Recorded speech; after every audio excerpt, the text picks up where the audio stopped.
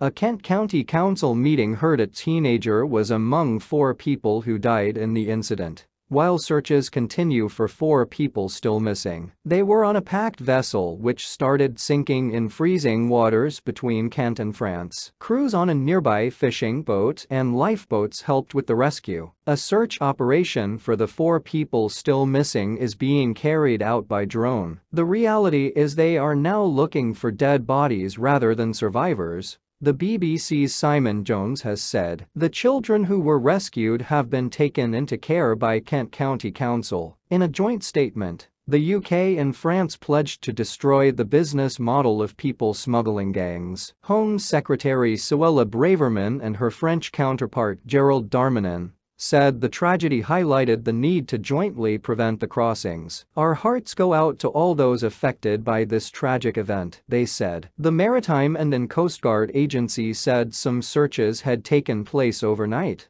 with vessels in the area asked to post lookouts and report sightings to the Dover Coast Guard. Footage from Wednesday's rescue showed the inflatable boat filling with water as some dressed only in t-shirts and thin life jackets screamed for help. The video shared by the owner of the fishing trawler, Ben Squire, showed the crew of the fishing boat pulling people up out of the water and the boat with ropes. Those rescued from the dinghy said they had each paid £5,000 to cross the channel, the BBC has been told. After hauling people to safety, Mr. Squire said the crew gave them hot showers, their own clothes, and fed them to help warm them up. Charles Bly, the safety officer at the company which owns the trawler, said it was sheer coincidence. It was in the right place for the rescue. As soon as the individuals on that dinghy saw our fishing vessel, many of them started to jump off and swim, he told BBC Radio 4's Today program. He said crew members on board had been trained in emergency care for people going overboard. Lifeboat crews that arrived at the scene 10 minutes after the fishing trawler encountered a horrific and distressing situation,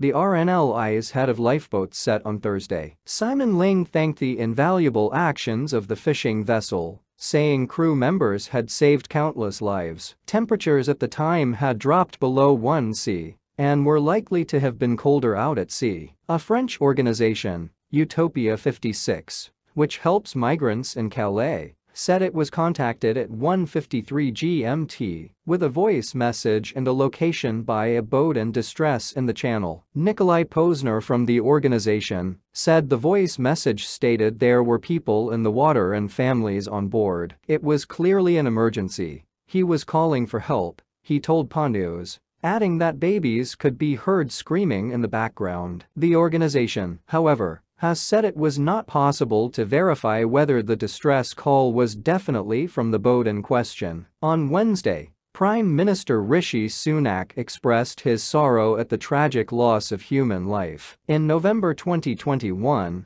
at least 27 migrants died after a dinghy sank while heading to the UK from France. Some 460. A Kent County Council meeting heard